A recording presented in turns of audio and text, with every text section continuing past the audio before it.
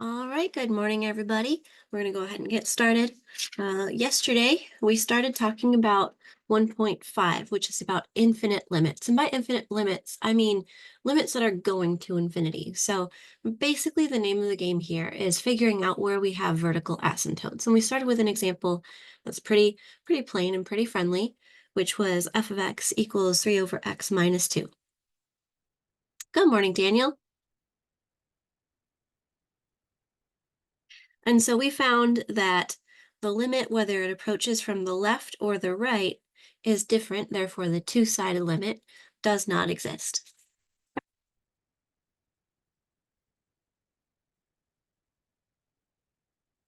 Okay, so I was talking about a couple different facts about infinite limits. Um, for a function that is rational, if and with a root c of the denominator, first, we watch out for factor and cancel because that could kill off your asymptotes. Okay, if you still have a root after factoring and cancel, look at the multiplicity. If it's odd, then you've got one of these behaviors, and if it's even, you've got one of these behaviors. Okay, we also said if one thing is going to infinity, the other is going to something finite, then the infinity wins. The sum of them is going to go to infinity.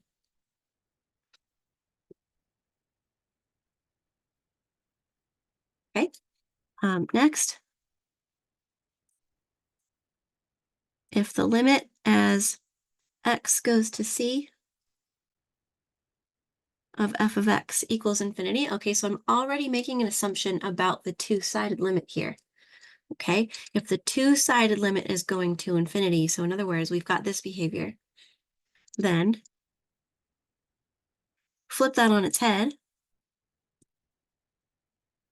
Limit as x goes to c of 1 over f of x. That's going to go to 0. Okay, this is true for the negative as well. So if that's negative, okay, but the important thing is that it's two-sided. If this is only true for the one-sided, if you've got this behavior, then it might not exist.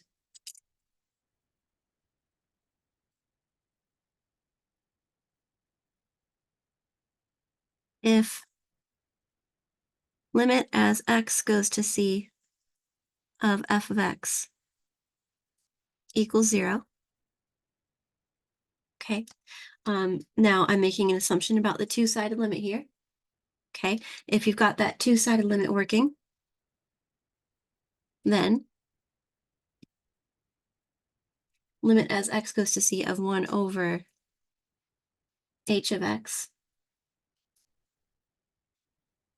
is either plus or minus infinity, depending on which way this is approaching 0.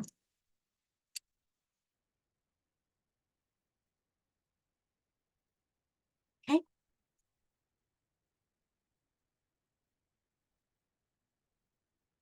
If the limit as x goes to c of f of x equals infinity, and this fact might seem rather obvious, then the limit as x goes to c of negative f of x is going to be negative infinity.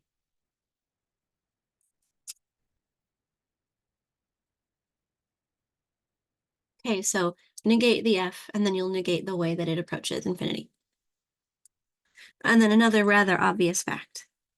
If limit as x goes to c of f of x equals infinity, and let's say a is some positive number, then limit as x goes to c of a f of x is still infinity. Okay, so infinity times 2 is still infinity. Infinity times 27 is still infinity, in other words. Okay, Put these two facts together, and you can deduce that if you multiply a function by any scalar multiple, it's gonna obey your sign. So if a was negative here, then combine this fact with this fact, and you'll get that it goes to negative infinity. Okay, and then the negative infinity versions of these work as well. Okay, so if this were negative, so if f of x is going to negative infinity, then negative f of x would go to positive infinity, just like you're expecting. And then same thing here. If this is going to negative infinity and a is positive, then this would still go to negative infinity. Okay, so in other words, all of the signs are, all of the SIGN signs are going to behave the way that you expect.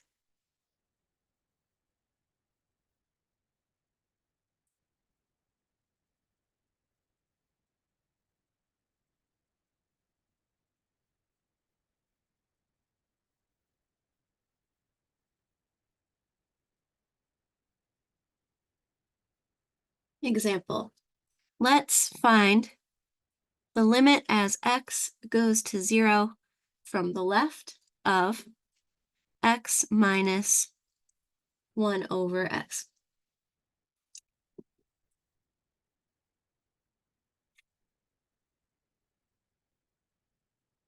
Okay, well, we know that the limit of the sum is the sum of the limits, and the same for difference as well. Okay, so if I look at this, as x goes to 0 from the left, well, this term can just direct substitute. This term is going to go to 0.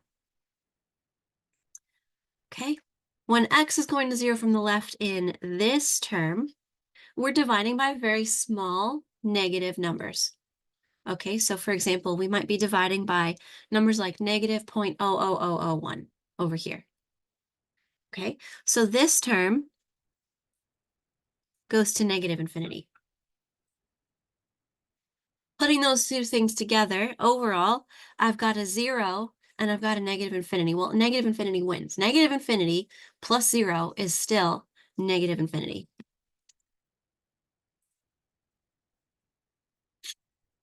Okay, so when adding or subtracting, the infinity will win.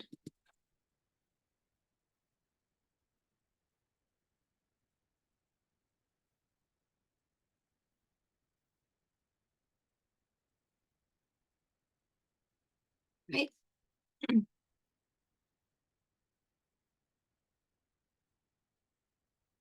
Next example, let's find the vertical asymptotes for f of x equals cosecant of x. Now, cosecant, if you know your trig functions, is 1 over sine. Okay, so these vertical asymptotes will happen whenever, so basically whenever x would make us divide by 0. So whenever sine of x would be 0, we're going to have a vertical asymptote here.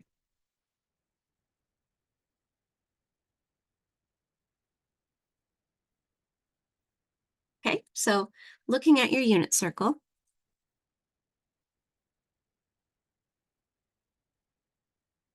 sine of x is the y value on the unit circle. Okay, so sine of x is the y value. Where is the y value 0? So we're looking at where is the distance up and down equal to 0. That would be right here and right here, right? And we think of these as 0 and pi. But this is also 2 pi, 4 pi, etc. It's also negative 2 pi, negative 4 pi, etc. Okay, so any even integer multiple of pi, positive or negative, will land here. This one's also known as 3 pi, 5 pi, etc.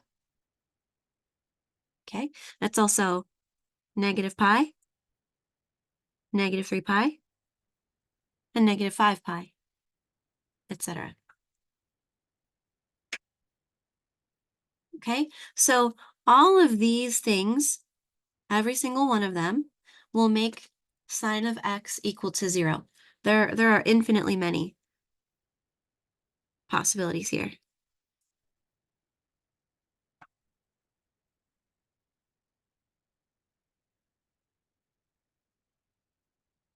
Okay, so in other words, sine of x equals 0 when x equals n pi for some integer n. Okay, and that funky looking z means n is an integer.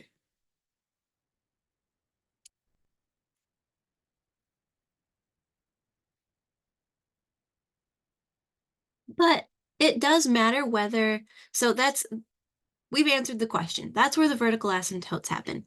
But what do those asymptotes, what is the behavior of those asymptotes?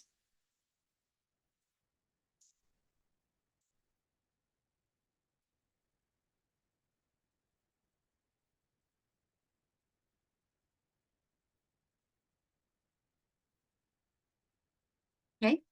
Well, all of these guys are going to behave the same, and all of these guys are going to behave the same. But there might be a difference between the behavior of these guys and the behavior of those guys. Okay, so let's start with even. Suppose n is even. Okay, so x equals 0 or 2 pi or 4 pi, etc., or the negative versions of those.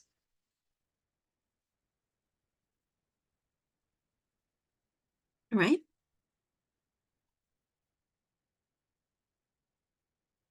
Actually, I want to make that to make it more clear. I'm going to make this a c instead of an x, actually. Okay. So think about the limit as x approaches c from the left of sine of x. All right. So 0 is the easiest one to visualize out of all of these, and all of them are going to behave the same. All right. So here's 0. And we're going to approach 0. So c is 0 first in our first in our first time through imagining this. Okay, so imagine x approaching c from the left. So an angle that is a little bit less than 0. It's going to approach from down here. Okay, so it's sliding in from underneath, and down there the y values are negative.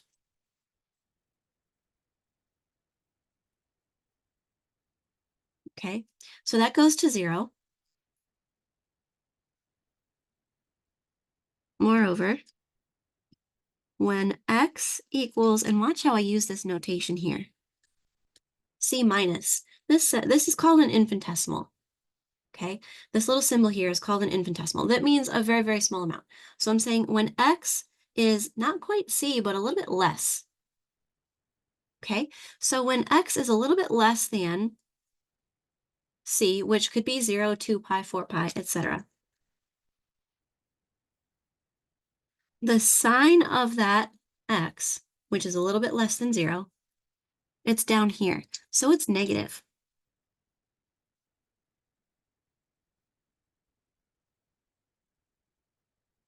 Okay,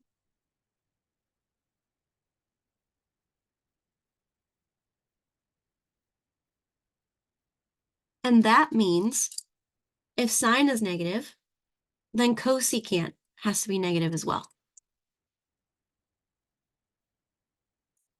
Cosecant.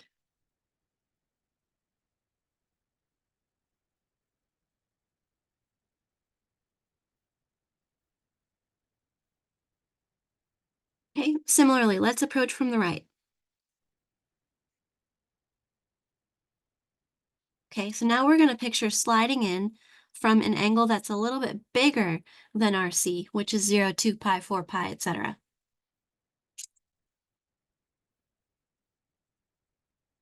That limit is still 0. Okay, so our two-sided limit exists here, of course, because sine is continuous.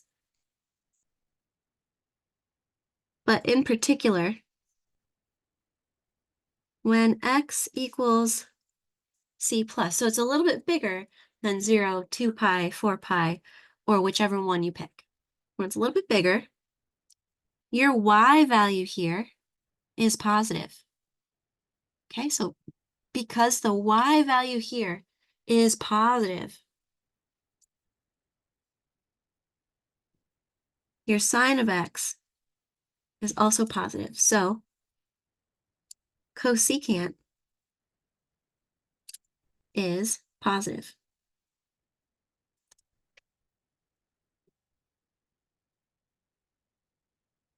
Right? And that'll tell us what that asymptote is going to be doing. If here's the line, x equals c, if we approach c from the left, cosine is negative.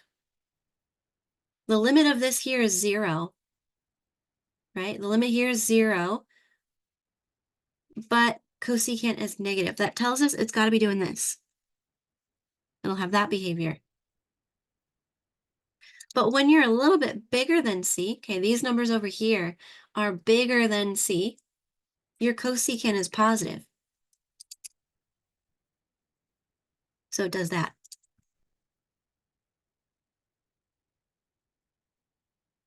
Okay, so here's what your asymptote looks like when x equals c, which is either 0 plus or minus 2 pi, plus or minus 4 pi, plus or minus 6 pi, etc. Any even multiple of pi.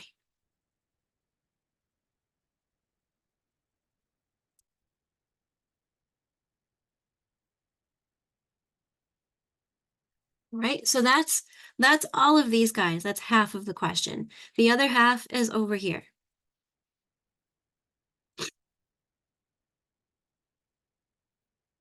All right, now suppose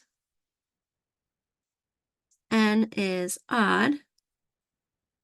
So c is going to be equal to plus or minus pi, plus or minus 3 pi, plus or minus 5 pi, etc. So an odd multiple of pi. These are going to do the same thing, but in the other direction, okay? So an angle that's a little bit smaller. Okay, here's pi. Here's an angle that's a little bit smaller than pi, and here my y value is positive. So as I slide in this way, it's positive. So limit as x goes to c from an angle a little bit bigger or a little bit smaller than c. That limit is 0. And when x is a little bit less than c, your sine of x is positive. So cosecant is positive as well.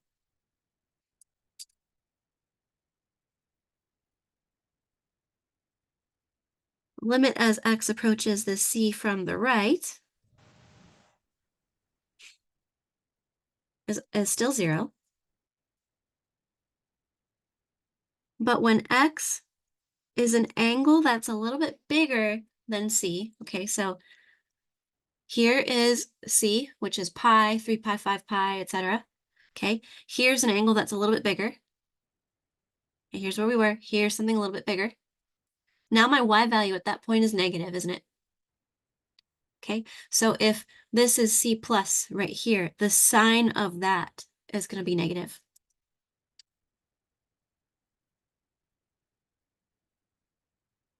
So your sign is negative, which makes cosecant negative.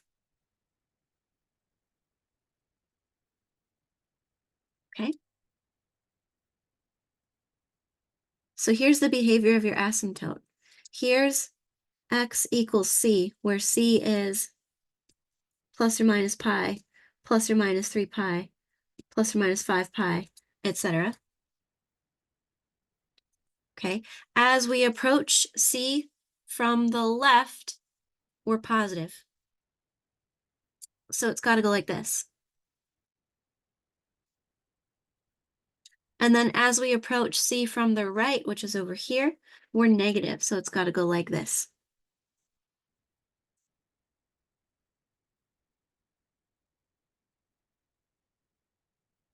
Okay, so cosecant has infinitely many asymptotes, and it's got one asymptote for each integer. Okay, if that integer is even, it behaves like this one. And if that integer is odd, it behaves like this one.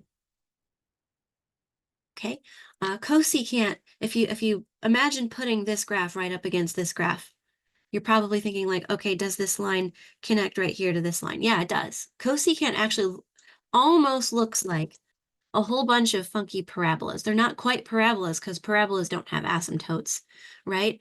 But it looks kind of like that. Here, I'll share my screen and I'll show you what the graph of cosecant actually looks like.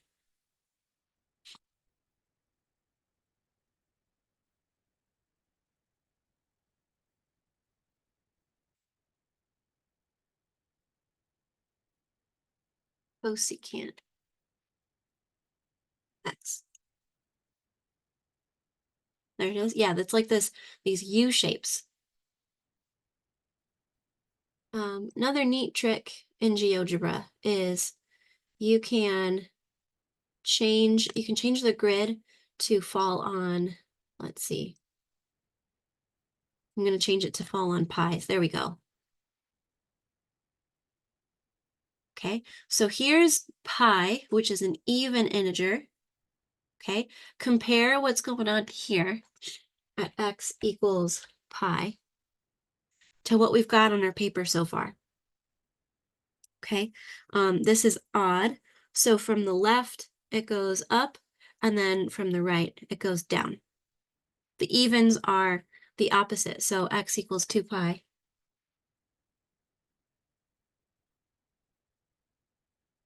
Would be this guy right here. Okay, so yeah, we could just graph something and figure out the behavior by the asymptotes here, but the argument that we went through today was an analytical argument instead of a graphical argument. Okay, so now I do stop share, and then it goes back to paper.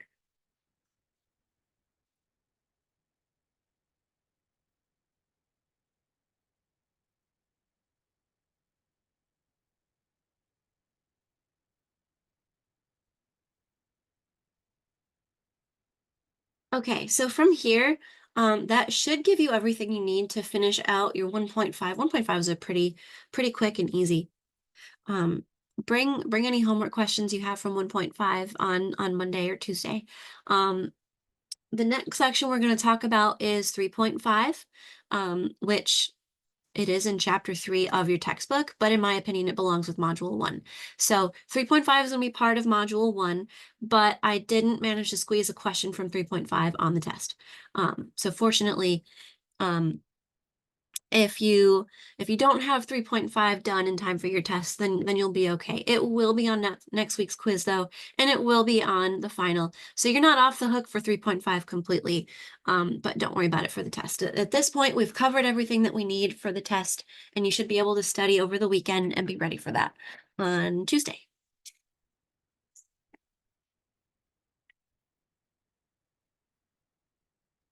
Okay, So Just so one, I'm sure, uh-huh. the test is on Tuesday. Yes, it'll be open all of Monday and Tuesday. There's an announcement out there on Canvas that says exactly how that's all going to go down. So give that a read over when you get the chance. Let me know if you have any questions or if you have any conflicts or anything. I'm open to adjusting that time for you if that timing doesn't work for you. All right. Okay? Okay, so 1.5 was about limits that go to infinity. So vertical asymptotes, things that blow up. Okay, so x was going to approach some finite number. So x was approaching 0, or x was approaching 2 pi, or whatever. And we were getting some form of infinity as an answer.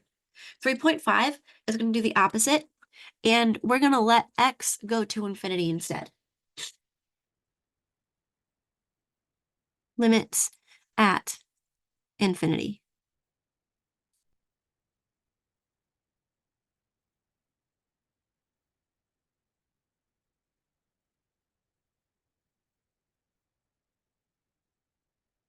Okay. So we're going to be considering, I think in our pre-calc, we use the term end behavior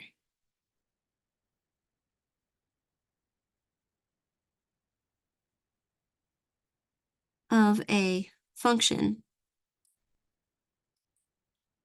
on an infinite interval.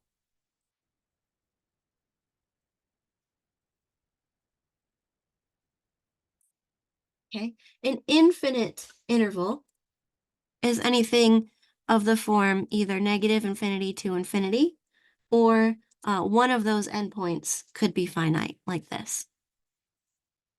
So some number out to infinity, or starting down at negative infinity and then ending on some number. All of those intervals are infinitely long.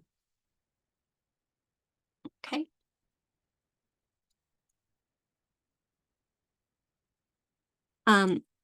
In pre-calc, we talked about the end behavior of polynomials.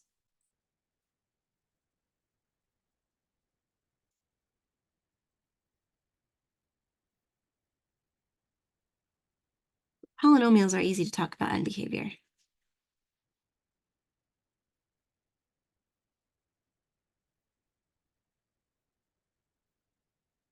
For polynomials, all we need to do is look at the degree.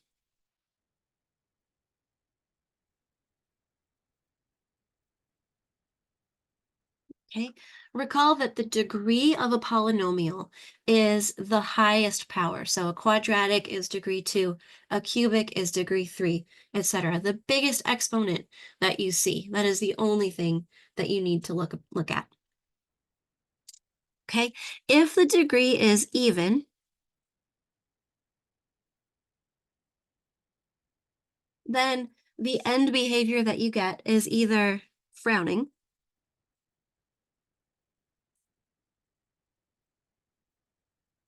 okay? So as we approach negative infinity, it's going to go down. As we approach positive infinity, it's going to go down. In between, it might squiggle around for a while. Or it could smile.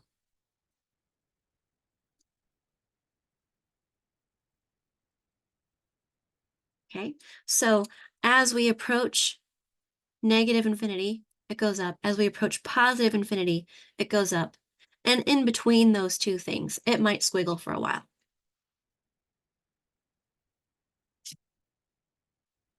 Right? If the degree is odd,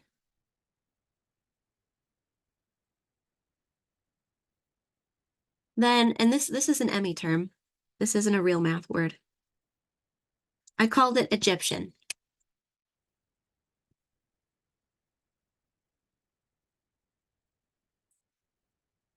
Egyptian either goes like this, so one up, one down, or facing the other way. One up, one down, facing the other way.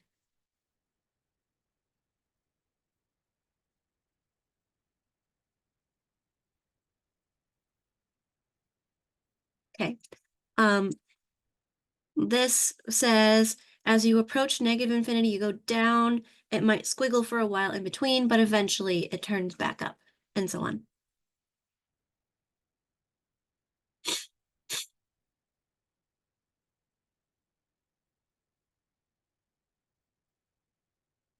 Okay, in other words, we can say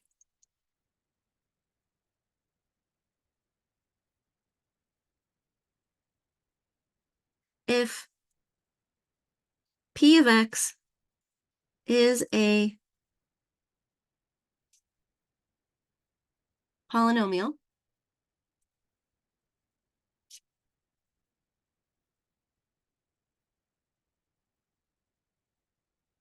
if the degree is even,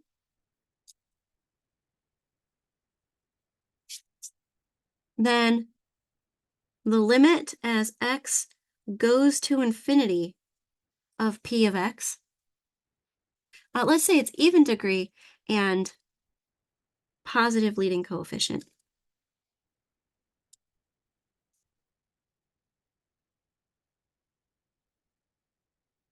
Okay, the leading coefficient determines which one of these two things is going to happen. Okay, so it's even degree, positive leading coefficient, so it's going to be smiling. So the limit as x goes to negative infinity of P of X, and the limit as x goes to negative infinity of P of X. Both of those are positive infinity.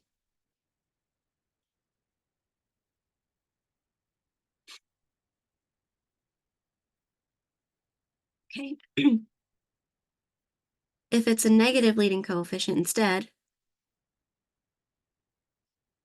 then you get a negative infinity here, because that would be the frowny one.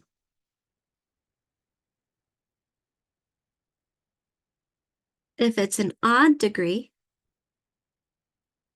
with positive leading coefficient,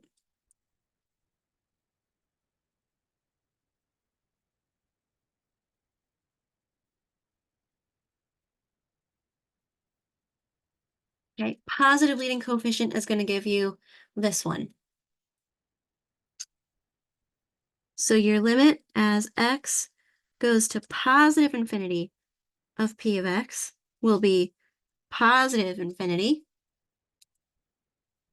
but your limit as x goes to negative infinity of P of X would be negative infinity. All right, and if there's a negative leading coefficient here,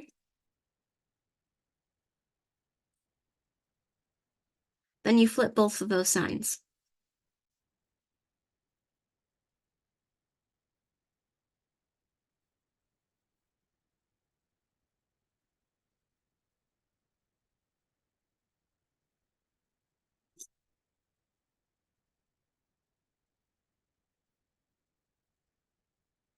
Okay, so that's some stuff that we have probably already seen before with polynomials. Now we're just putting it in some limit language.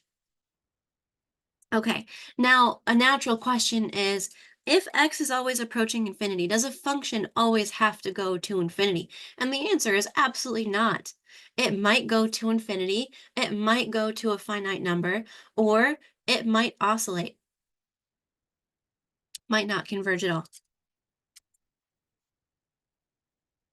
Right? Here's an example.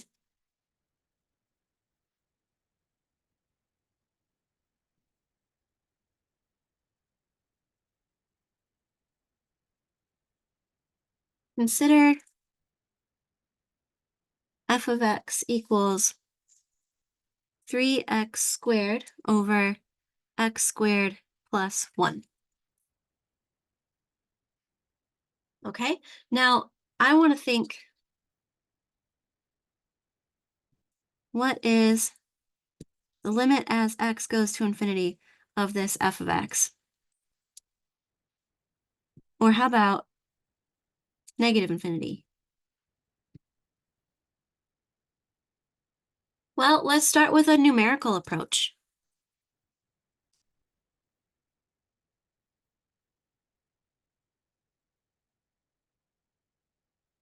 If we do this numerically, okay, remember numerical means educated guess and check.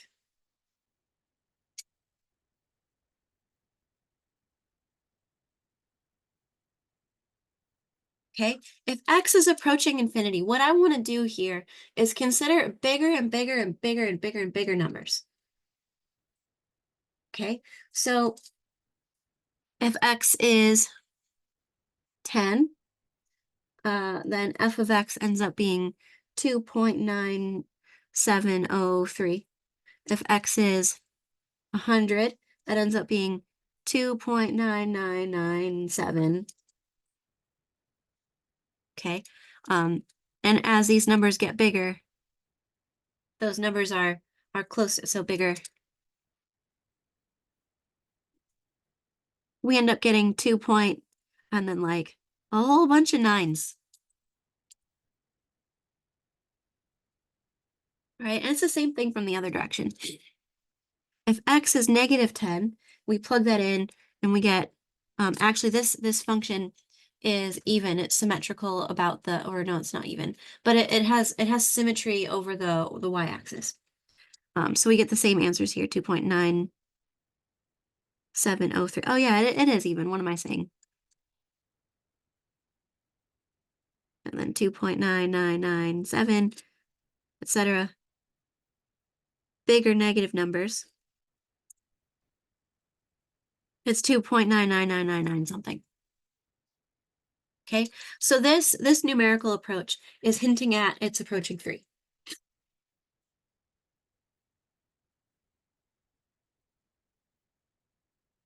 Graphical approach. The graph looks like this.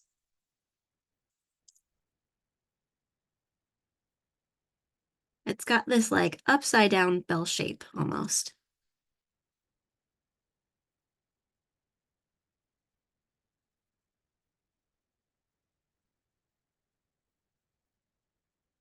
I'm a mathematician, not an artist. Trying to make those look the same. Okay, the graph makes it appear that there's a horizontal asymptote here at y equals 3. Smooth that out a little bit. Okay. So there's a numerical and there's the graphical. Now here's something new. Here's the analytical.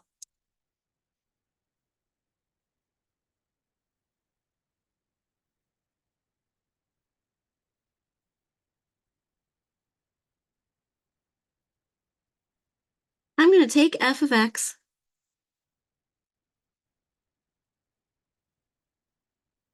and I'm going to multiply it by 1 in a clever way. I'm going to multiply it by x to the -2 over x to the -2.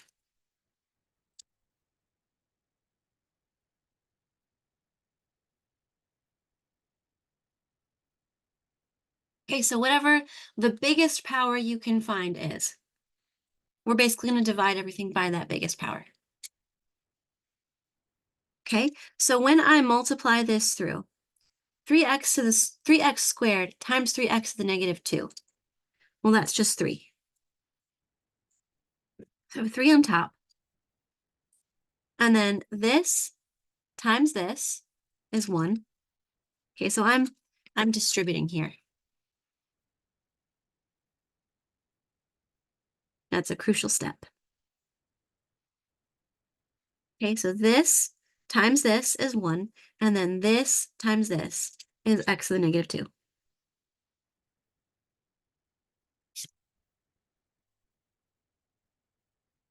Okay, and if you want, you can also write that same thing like this, 3 over 1 plus 1 over x squared.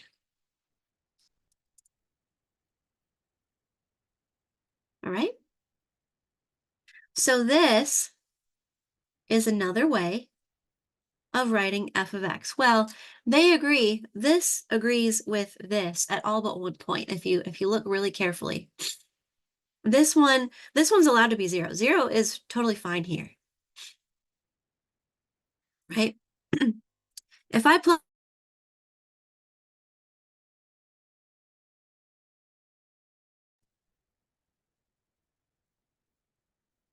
Okay, it looks like Zoom crashed on me. Did you miss anything, Daniel? Did I cut out or did I just disappear for a minute? Okay, good. Thank you.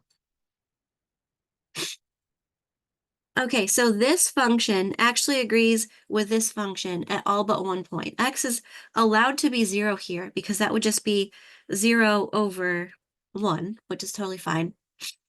This would be 3 over 1 plus divide by 0 is no good. However, for this problem, we don't really care about x being 0 because we want x to approach infinity. When x is approaching infinity, we don't care about its behavior at 0. So this is totally fine. This will preserve the limits that we want for it to be. So this equals this when x is not 0. Okay? So now, if I take a limit as x approaches infinity of f of x, that's going to be the same as the limit as x approaches infinity of 3 over 1 plus 1 over x squared. Okay, well, if I picture this going to infinity, this is positive infinity, 1 over positive infinity, this part is going to go to 0.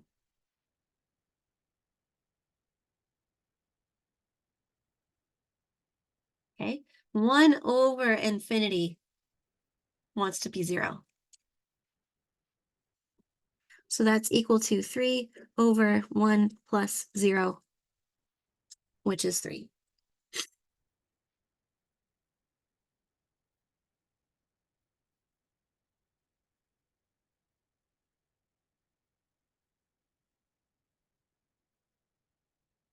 Okay, so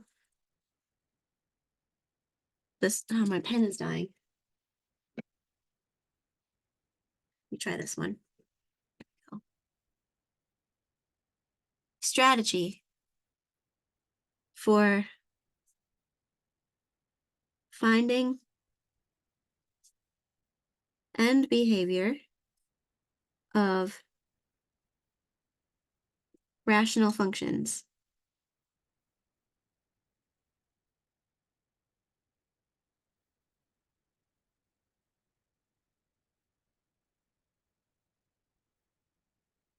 Find the highest power in the whole thing. Doesn't matter whether that highest power is on the top or on the bottom. Find that highest power and divide everything by that.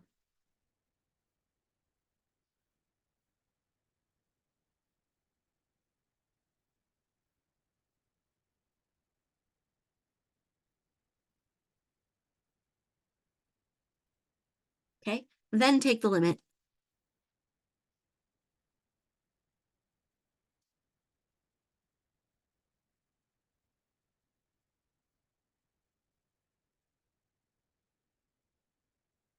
Okay, and that's knowing that you'll end up with something like this in at least one spot, hopefully. Limit as x approaches infinity of 1 over x to the n. Okay, this is approaching positive infinity. This is all positive. This is very easily 0.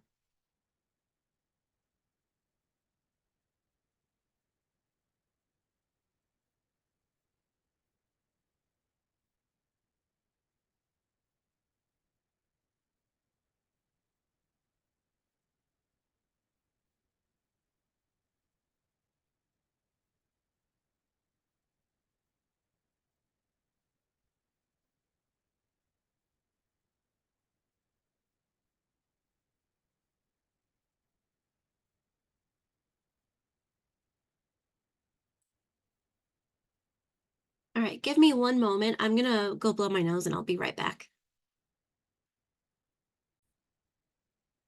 Okay, there we go, and I'm recording again.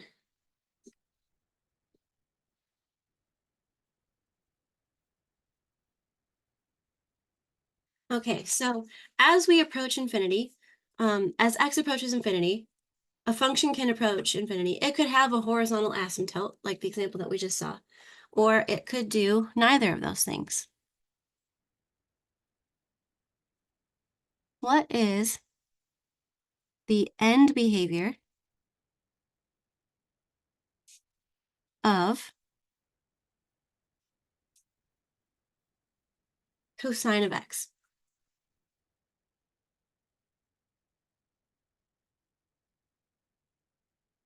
Okay, well, cosine oscillates forever and ever and ever and ever and ever and ever.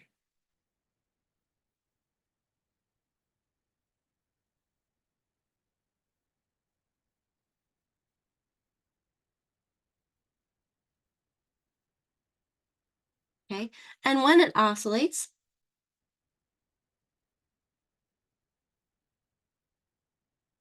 it stays between -1 and 1, always. Okay, it could be equal to -1 sometimes, it's equal to +1 sometimes, and it hits everything in between at some point.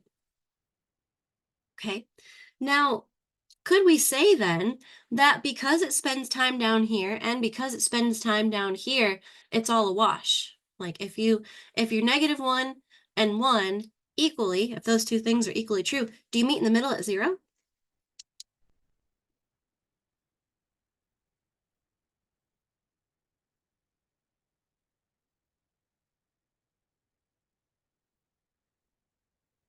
And the answer to that question is actually no.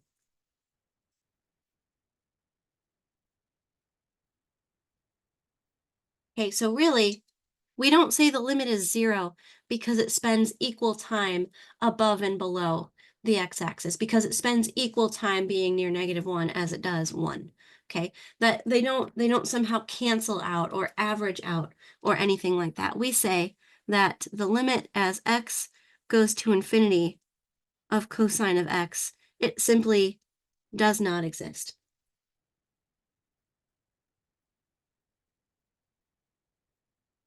Okay, um, the fact is, for a limit to exist, the curve has to get close, then stay close forever. Okay, so cosine of x crosses through 0 infinitely many times. It does. It gets close to 0, it actually hits 0. But the problem is, it doesn't stay there.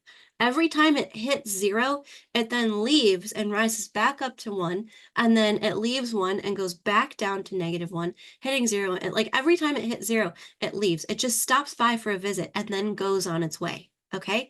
For a limit to exist, it has to be close and then stay close and never get further away again if you go out far enough. Okay, so let's quantify that idea.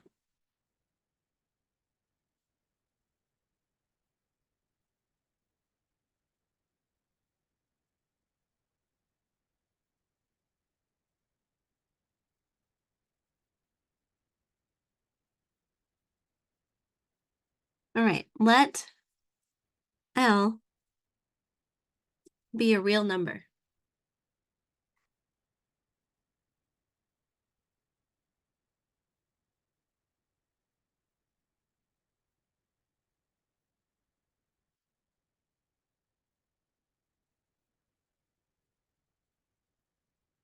The statement, limit as x goes to infinity of f of x equals L, means that for any, this is the Greek letter lowercase epsilon, which I draw as kind of like an E. Okay, so for any epsilon which we think of as a very small positive number.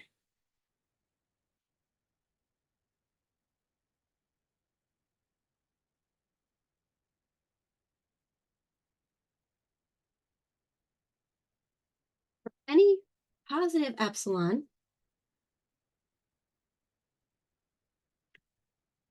we can find some number m, okay? And we think of m as a big number.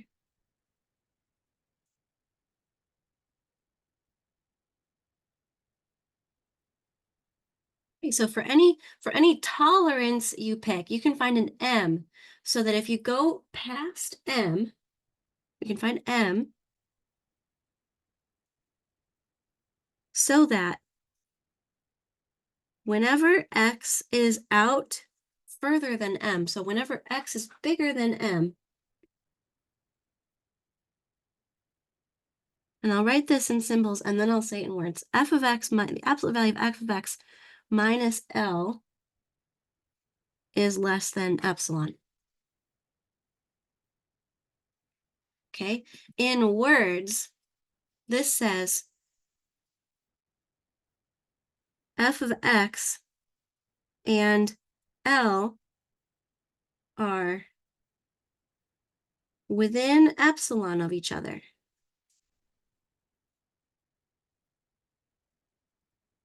As long as x is bigger than this number m.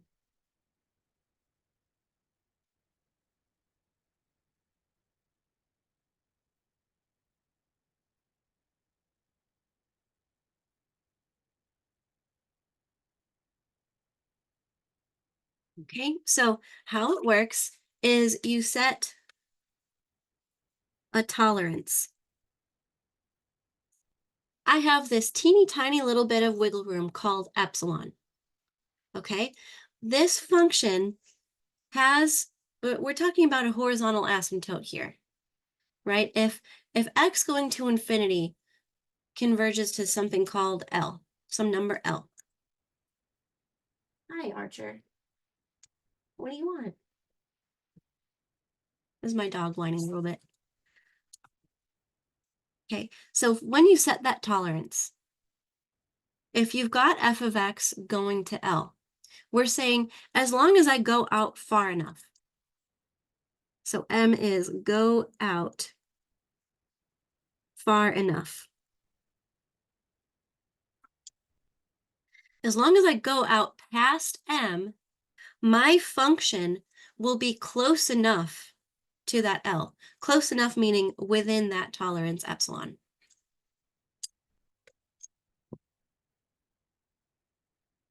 Okay, and then I'll breeze through writing down the negative version of it as well.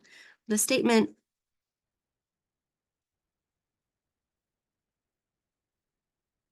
limit as x goes to infinity, negative infinity, sorry, f of x equals L means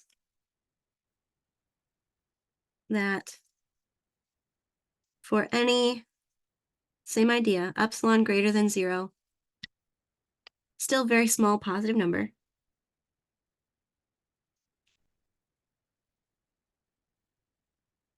for any epsilon greater than 0, we can find some negative number n. So this is going to be a very big negative number.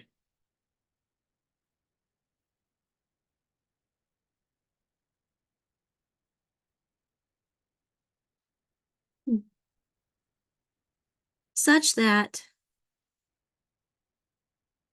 whenever x wants to be further out than n now, so x is going to be less than n.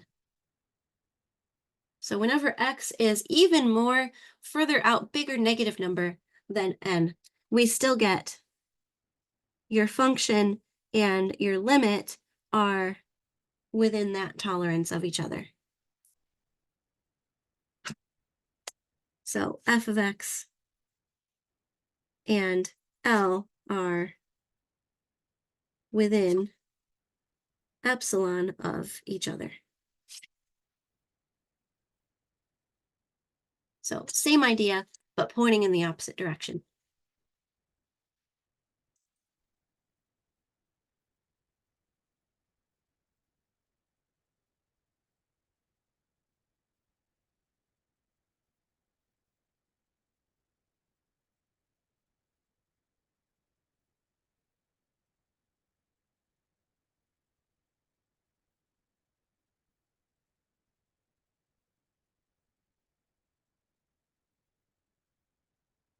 And if you know something about that function, you're actually able to, like, when you specify an epsilon, you can get this m in terms of epsilon a lot of times.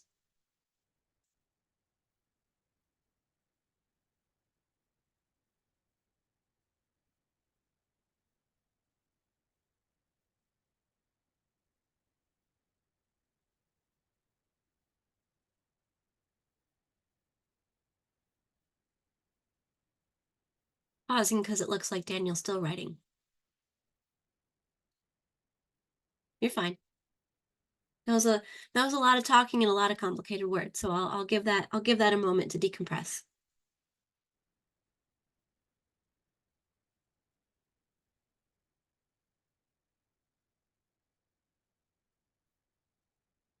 All right. Moving right along. All right, here's an example.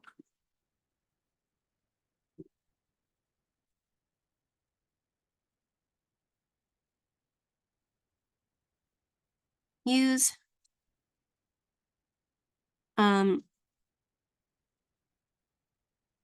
previous definition. So use the definition that we just did to find the limit as x goes to infinity of 1 over x cosine of x.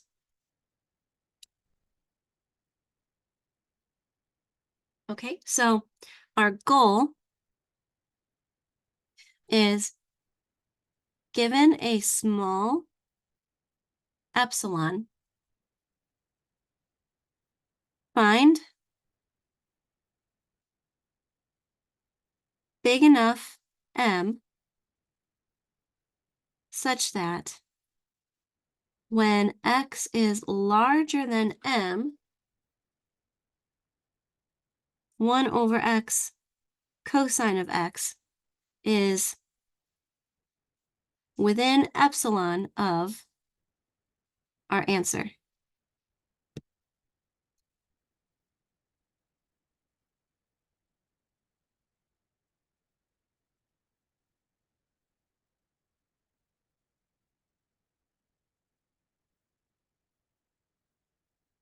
Okay, so first question, what is that limit?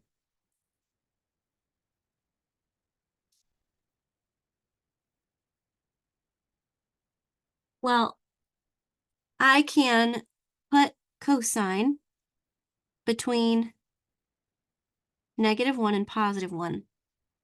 Okay, that's where cosine always lives. So if I multiply everything by 1 over x, I have -1 over x is less than or equal to 1 over x cosine of x is less than or equal to 1 over x.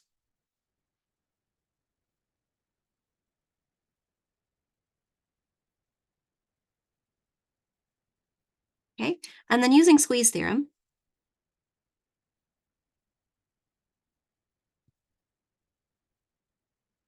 okay, now I think about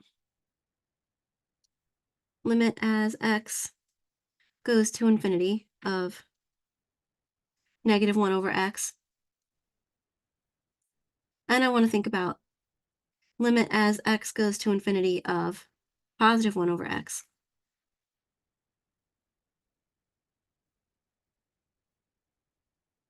Okay, well, when x is really, really big, 1 over x gets really, really small. So this expression is approaching 0 from the left. This answer is 0.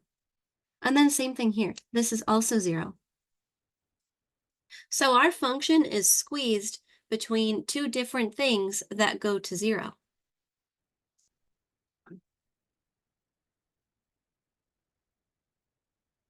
So we think limit as x goes to infinity of 1 over x cosine of x should be 0.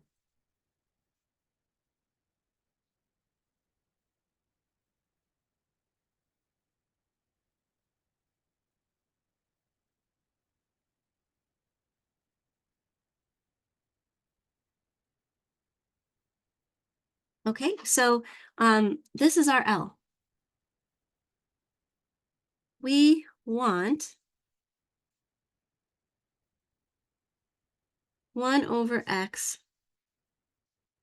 cosine, absolute value of 1 over x cosine of x minus 0 to be less than epsilon.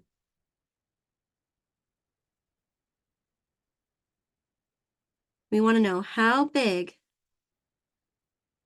does x have to be to make that happen.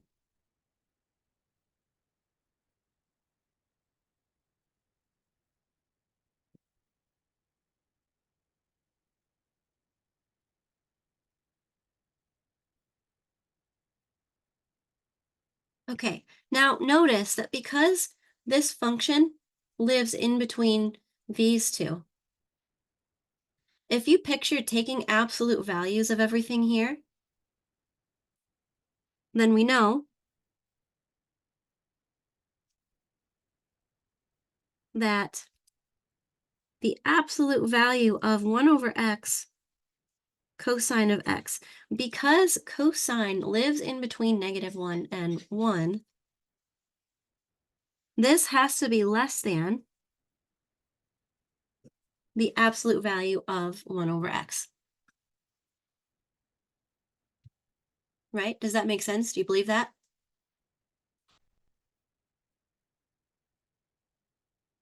Okay, so how big does x have to get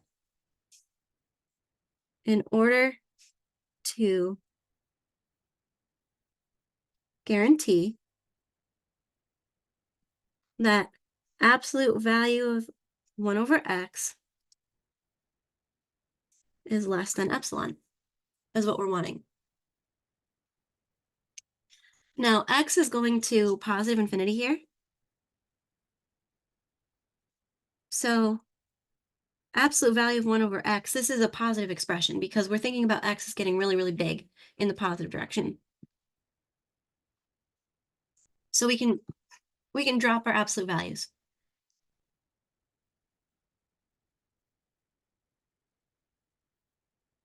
Okay, so this is what we want. We want 1 over x to be less than epsilon.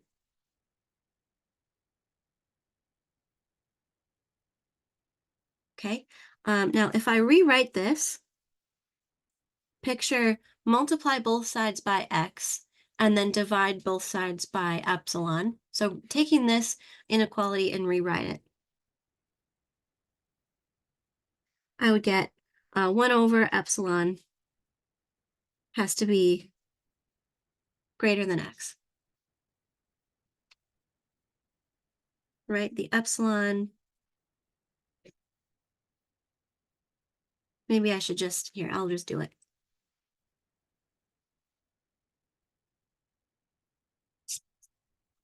I want to isolate the x.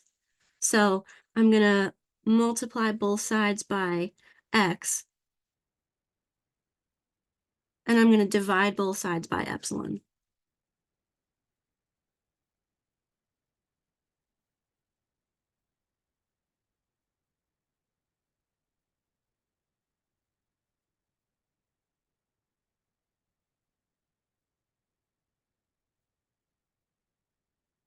Yeah, there we go. Okay.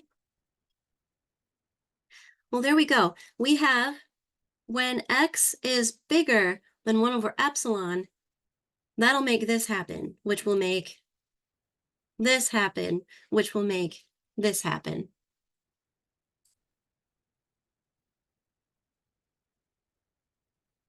Okay, so there's our m.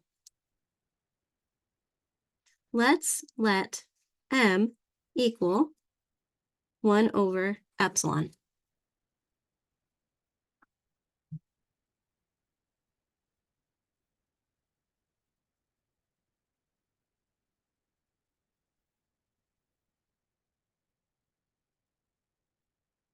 Okay. All right. Whew, that was a lot of symbols, a lot of pushing around stuff. And I know this is a very new idea with the epsilons and the m's. Okay. So now what I want to do is I want to pick an actual epsilon and then show you how that goes through and how that actually gets our limit to go where it needs to go. Okay.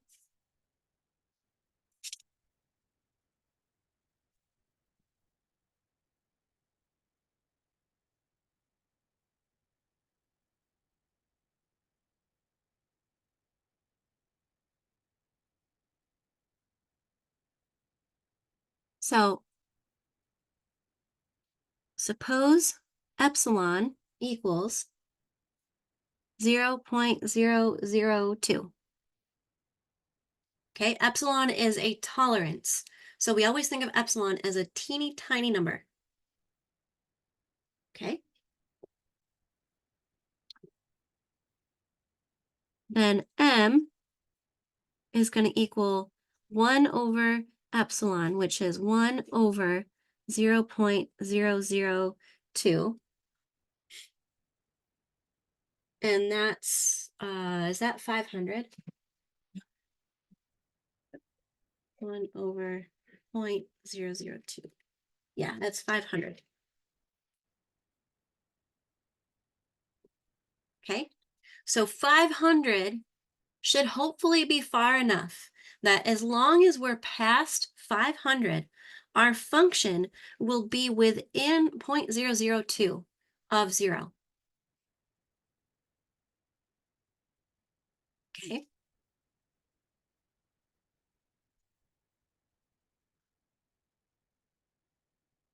Okay, so if x is bigger than 500, so x is any arbitrary number that is bigger than 500.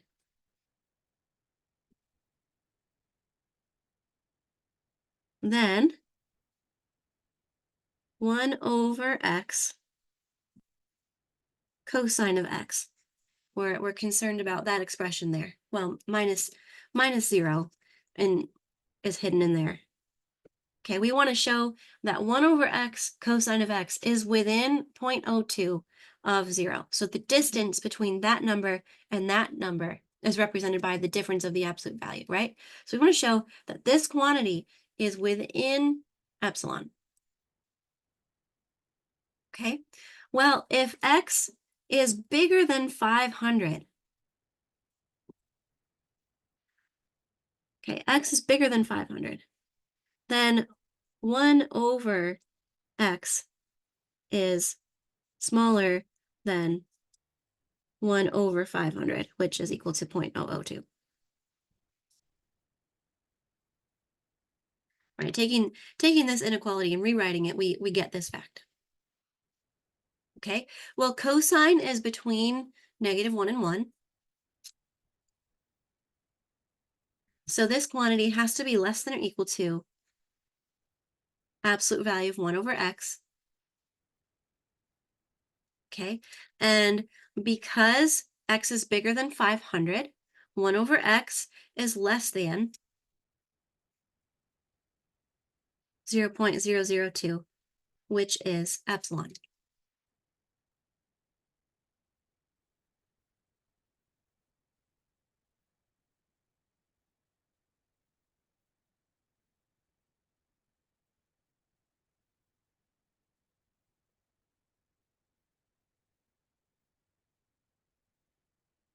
All right, those are kind of tricky.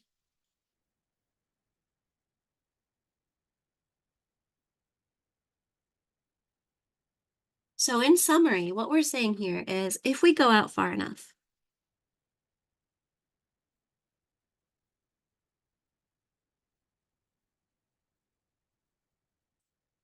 and by far enough, I mean 500 or more. If we go out far enough, then the curve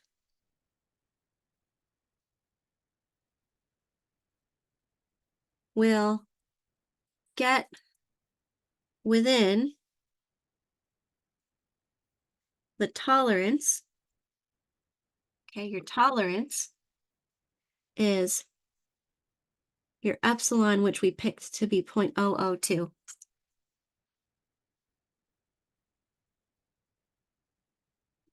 And stay there forever.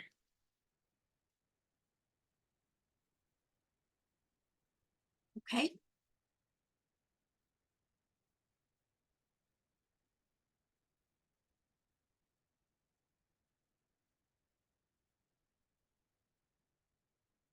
All right, here it is in a picture.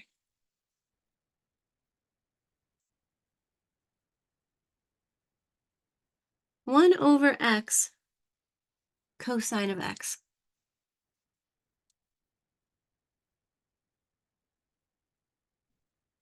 Okay, what that does is,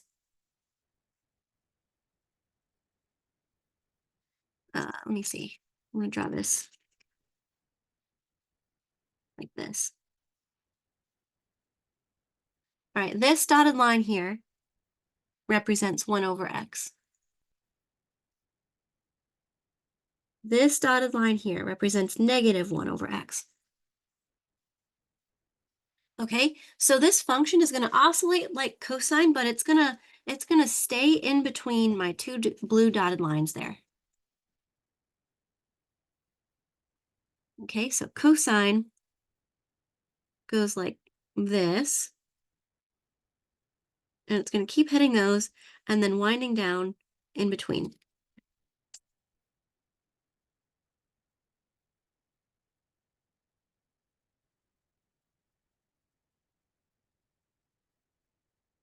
So it keeps oscillating forever, but the oscillations are getting smaller and smaller and smaller because it's being dampened by the 1 over x and the negative 1 over x. Okay, so if I blow this up and I say epsilon is 0.002.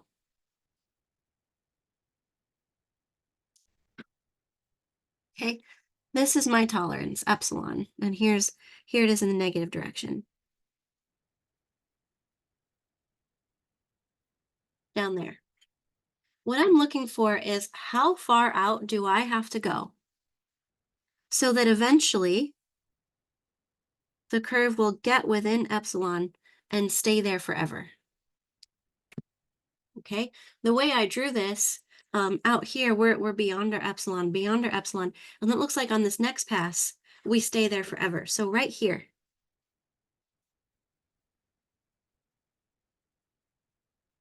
Okay, that point right there, this is far enough to stay forever.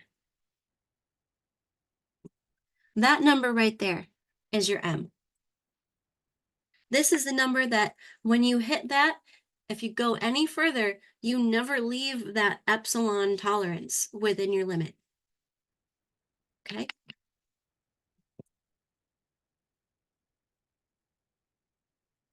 Now this is really hard. This is a very hard concept to wrap your head around and difficult to work with.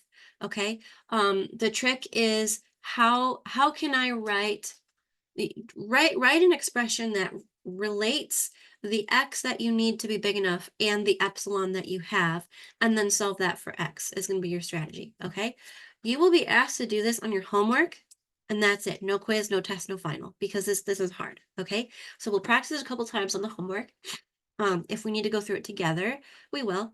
But don't see this and then get like super scared. This is probably one of the more difficult things that we'll do in the entire course. Okay.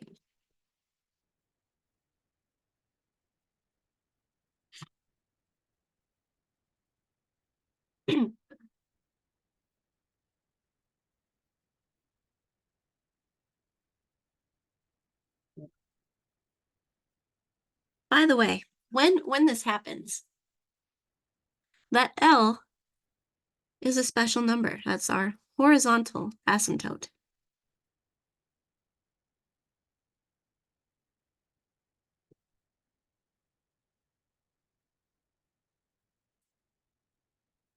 So the line y equals L, so the constant function y equals L is a horizontal asymptote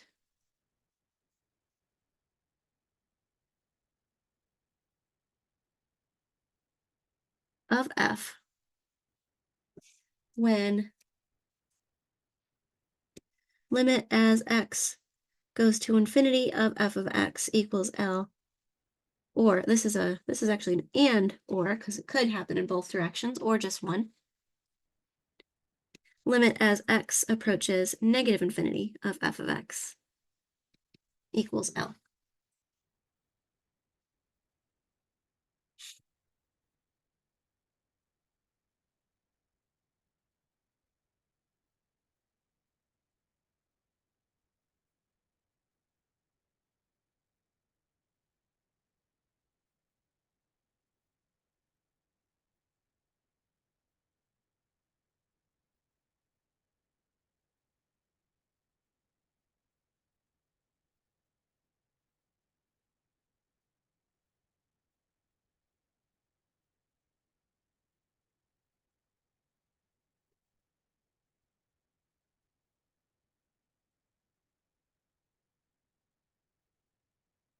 All right, I'm going to finish out with a couple of properties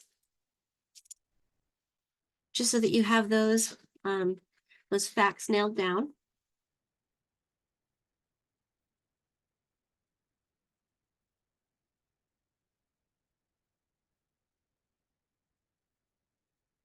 Adding and multiplying with limits at infinity.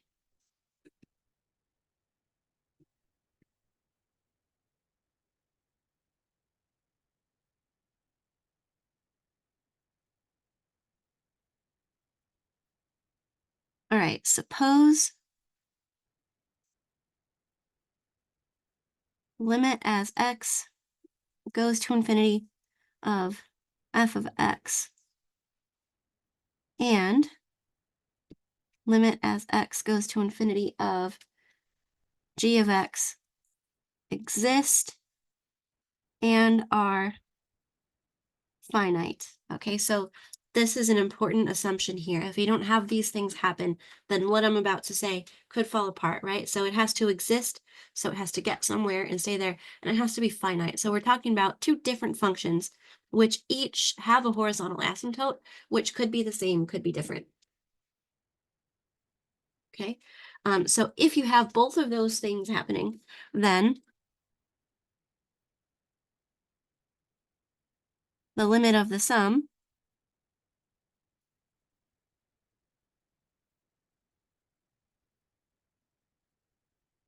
okay, just like you'd expect, the limit of the sum is still the sum of the limits. So the limit of f of x plus the limit of the g of x.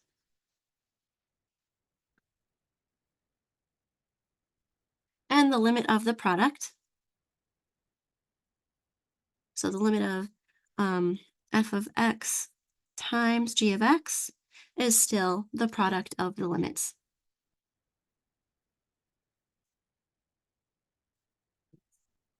Times limit as x goes to infinity of g of x. Okay, and similarly, for x approaching negative infinity. Okay, so if you substitute all of these infinities here for negative infinities, that whole thing still works.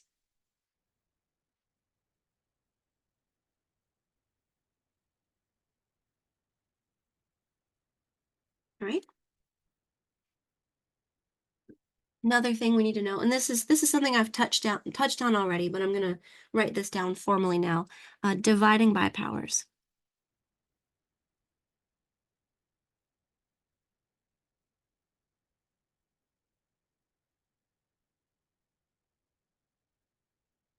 If R is some positive rational number, okay, so R has to be something that you can write as a fraction or a decimal, but not a root or a pi or an e or anything ugly like that.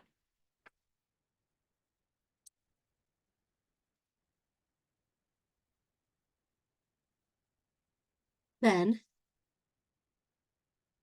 the limit as x goes to infinity of 1 over x to the r, well, r is positive, so x to the r is increasing.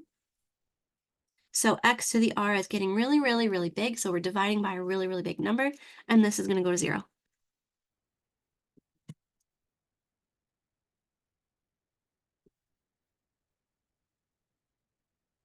Also, if x to the r is defined when x is negative, then we can take the limit as x goes to infinity as well, or negative infinity rather.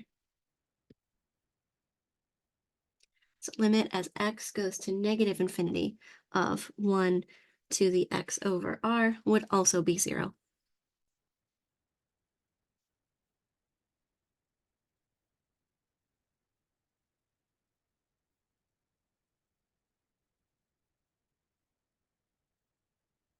Okay, so something to note.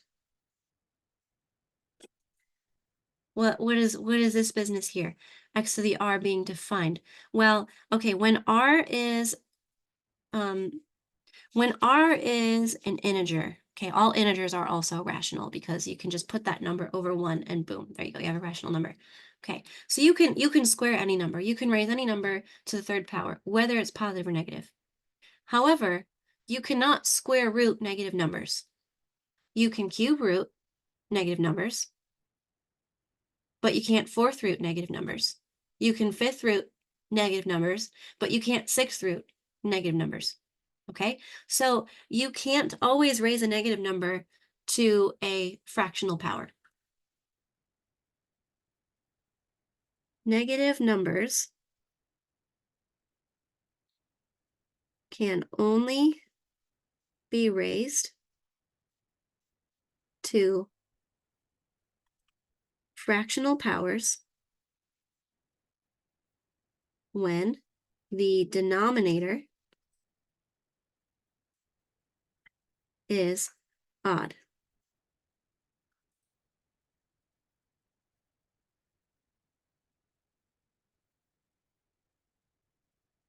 Okay, so negative 26 to the 1/3 is defined. You could type that into your calculator and it would give you an answer and it would be a real number and we can go about our day. There's nothing wrong with that. Negative 26 to the 1/6 power is not defined.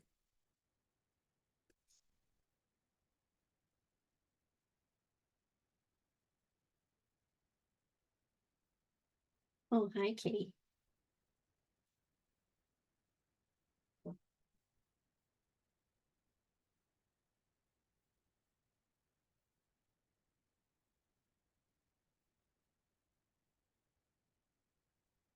Little Monster says hi. This is my kitty's paw.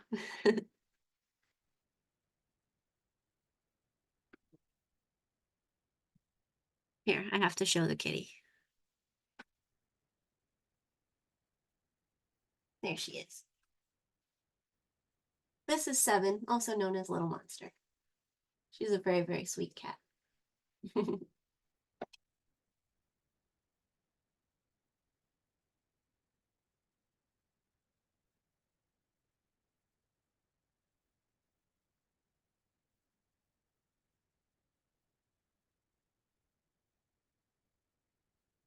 All right, so I'll finish up the last little bit of 3.5 on Monday. But as I said, 3.5 didn't make it onto the test, so it's okay that I'm not finishing it today. We'll still have that test on Tuesday, and you guys will be just fine. All right. Question for me, Daniel?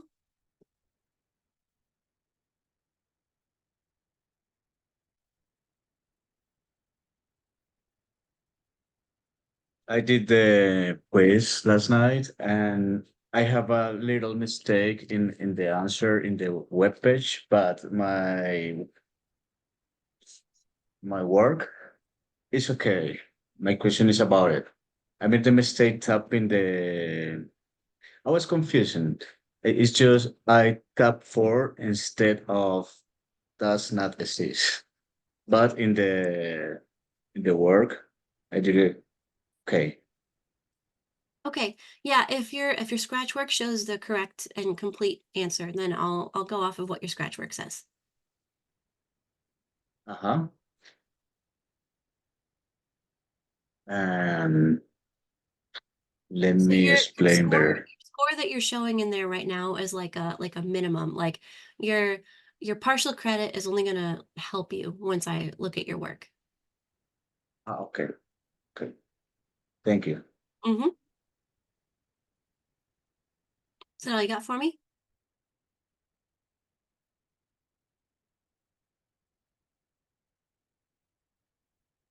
Alrighty then. Have a good weekend, everybody.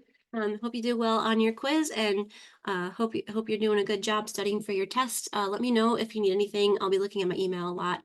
And I will see you on Monday.